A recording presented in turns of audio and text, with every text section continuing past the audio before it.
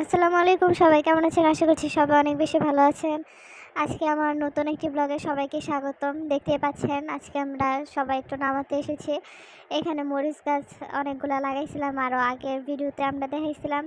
এখানে মরিচগুলা পাকছে, এখন এগুলা তোলার পালা। মরিচগুলা একদম লাল টকটকা করে পাকাই লইছি। পাকানোর পরে এটার খুব সুন্দর করে তুলে লইতে হবে। তুললা এটার পরে রোদে শুকা দিব। যাই হোক, দেখেন তুলতে তুলতে অনেকগুলো মরিচই তুলছি আমরা।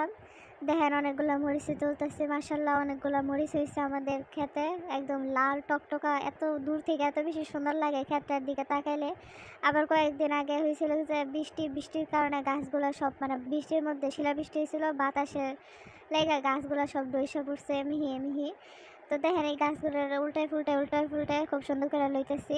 আজকে ভিডিওটা সকাল থেকে শুরু করছি। যে দেখেন বাড়ির উঠানের সামনে এই যে এই ফুল গাছ, নয়নতারা ফুল গাছ লাগাইছি। এই ফুলগুলো দেখতে যে আমার কি ভালো লাগে, কালারগুলো এক মানে অস্বাভাবিক সুন্দর, একদম অনেক বেশি সুন্দর কালারগুলো। এই যে দেখেন আমরা মরিচ শুকা দিয়ে দিছি, একটা দিছে টিনের মধ্যে, একটা দিছে পাটির মধ্যে, অনেকগুলো মরিচ হচ্ছে মাশাল্লাহ।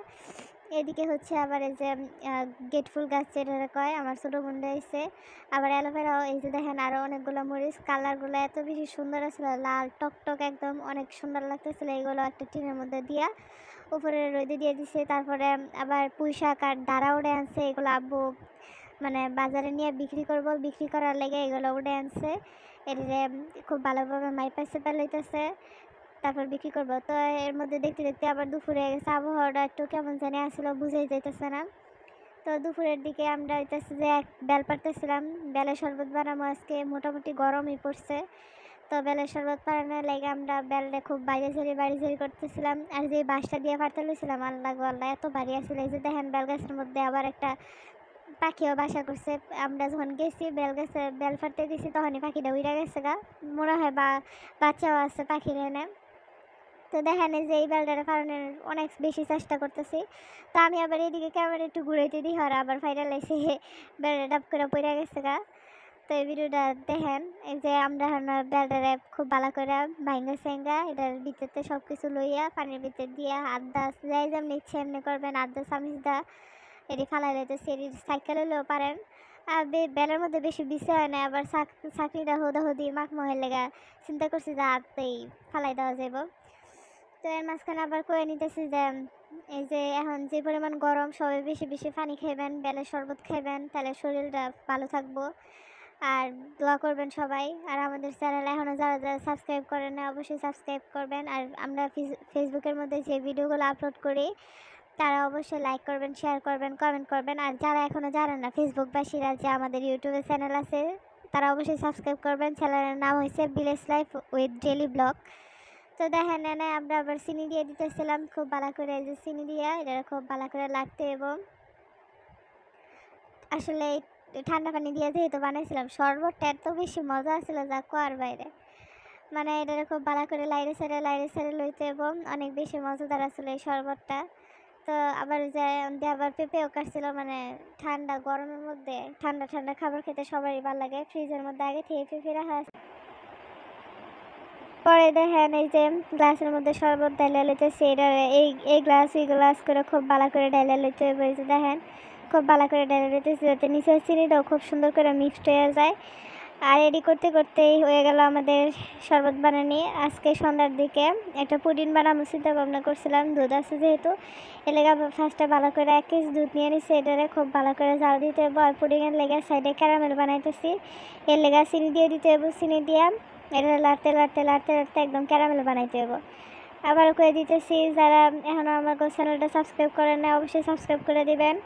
তারপরে লাইক করবেন, শেয়ার করবেন, বেশি বেশি কমেন্ট করবেন। আর ফেসবুকের মধ্যে যারা আছেন তাদেরকে বলতেছি যে আমাদের চ্যানেলটা, ইউটিউবের চ্যানেলের নাম হচ্ছে village life with daily blog, সবাই সাবস্ক্রাইব করবেন। আর ফেসবুকের মধ্যে আমরা যে ভিডিওগুলো আপলোড করি, অবশ্যই সবাই শেয়ার করবেন, লাইক করবেন, কমেন্ট করবেন। এই যে দেখেন সুন্দর করে ক্যারামেল বানিয়ে নিতেছি।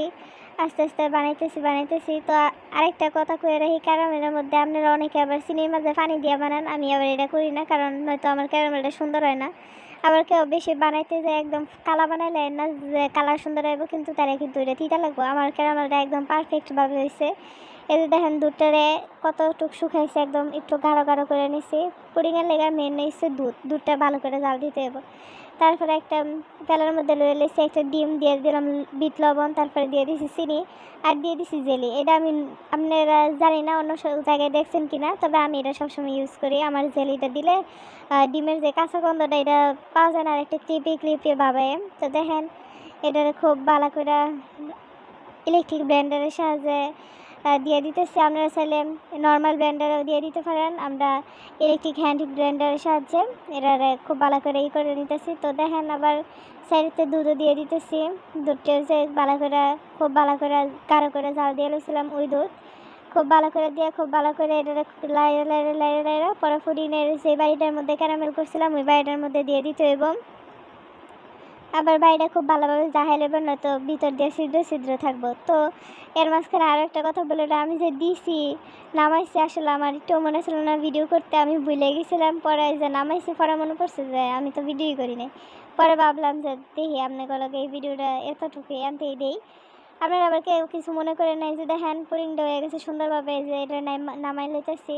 তো সাইড দিয়ে কাটতে যায় ওই সাইড দিয়ে একটু ভাঙা গেছে, যে ওই ভাঙাটার স্যার এদিক দিয়া দেখেন আমি কইতেছি যে এই পাশ দিয়ে আর একটু জায়গা ছিল, এই পাশে বেশি পড়ছে লেগে এমন ভাঙা দেখা যেতেছিল। খেতে কিন্তু অসাধারণ মজা হয়েছিল। তো দেখেন ভিউটা, এটা সন্ধ্যার একটা ভিউ, বাতাস আসছিল অনেক বেশি, আর এত বেশি আলো আসছিল, জ্যোৎস্না আসছিল অনেক বেশি, একদম আলোকিত হয়ে গেছিলো। বাতাসে গাছপালাগুলো কেমনে যে লড়তেছিল দেখে অনেক বেশি মনের মধ্যে শান্তি লাগতেছিল। আমরা সবাই বাইরে দাঁড়ায় আসছিলাম, বাতাস খাইতেছিলাম। তো সবাই বলে রাখি, সবাই আমাদের চ্যানেল সাবস্ক্রাইব করবেন, দোয়া করবেন। আসসালামু আলাইকুম।